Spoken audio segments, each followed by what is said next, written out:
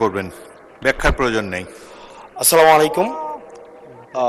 যেহেতু শিক্ষার নিয়ে কথা হচ্ছে, আমাদের বর্তমানে মাননীয় স্পিকার, আমরা যদি বর্তমান শিক্ষা ব্যবস্থা দেখি, আমাদের এন্ট্রান্স ইনস্টিটিউশনগুলোতে বিশেষ করে প্রাথমিক শিক্ষায় আমরা দেখছি যে ভর্তি প্রক্রিয়াতে আমাদের এখন দুইটা পদ্ধতি প্রচলিত ছিল। এডমিশন বাই মেরিট আগে প্রচলিত ছিল, এখন সেটা কনভার্ট হয়েছে এডমিশন বাই লটারির মাধ্যমে হচ্ছে এখানে বাচ্চাদেরকে ভর্তি করা হয়।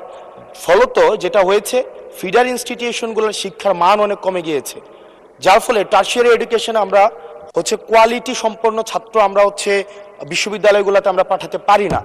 এখন মাননীয় মন্ত্রী মহোদয়ের কাছে আমার প্রশ্ন থাকবে, এই যে প্রাইমারি স্কুলে বাচ্চাদেরকে ভর্তি করানোর ক্ষেত্রে আমরা কি ভর্তি প্রক্রিয়াটা আমরা পরিবর্তন করব কিনা, নাকি এই যে এডমিশন বাই লটারির মাধ্যমে আমরা নিব এবং মেরিটকে আমরা হচ্ছে সবসময় হচ্ছে দমায় রাখবো, নাম্বার ওয়ান।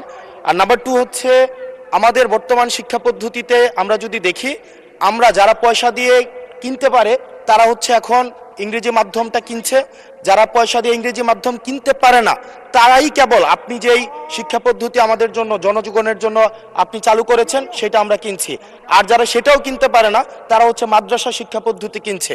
আপনার কাছে প্রশ্ন যে আমাদের বর্তমানে একটা দেশে এই তিনটা শিক্ষা পদ্ধতি যেটা অর্থনৈতিক অবস্থার উপরে নির্ভর করে চলে, এই তিনটা শিক্ষা পদ্ধতি জিয়ে রেখে আপনার কি মনে হয় যে আপনি একটা ইনক্লুসিভ শিক্ষা পদ্ধতি নিয়ে আমাদের দেশটাকে আগায় নিতে পারবেন? ধন্যবাদ। অপটিক্যাল ব্রাইটেনার, কালার গার্ড এবং ডার্ট লক সমৃদ্ধ অ্যাডভান্স ফর্মুলায় এলো নতুন রে ডিটারজেন্ট পাউডার। মূল প্রশ্ন ছিল জাহাঙ্গীর হোসেনের, মাননীয় সদস্য, সারা দেশে প্রাথমিক ও গণশিক্ষার উন্নয়নে কোনো প্রকল্প গ্রহণ করা হইয়াছে কিনা, হইলে তাহা কি? এখন তো ইন জেনারেল আমরা ডিসকাশনে চলে গিয়েছি, তবুও মাননীয় মন্ত্রী আপনি ইচ্ছা করলে উত্তর দিতে পারেন।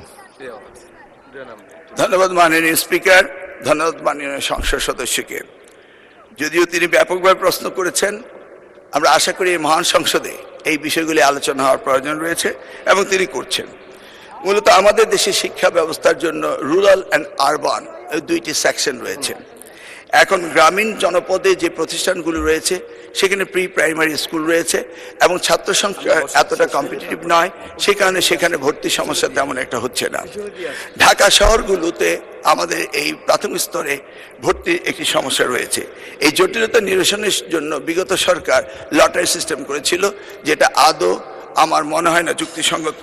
তবে আগামী বছরে এই শিক্ষা ব্যবস্থা ভর্তি সিস্টেম কিভাবে করা হবে সেটা আনুষ্ঠানিকভাবে আমরা স্টেক হোল্ডারদের সাথে, অর্থাৎ অভিভাবকদের সাথে বিভিন্ন রকম সেমিনার সিম্পোজিয়াম করে মাননীয় সংসদ সদস্য সকলের অভিমত নিয়ে একটি জনমত সৃষ্টি করে আমরা আগামী 2027 জানুয়ারি ভর্তির বিষয়ে চিন্তা করব।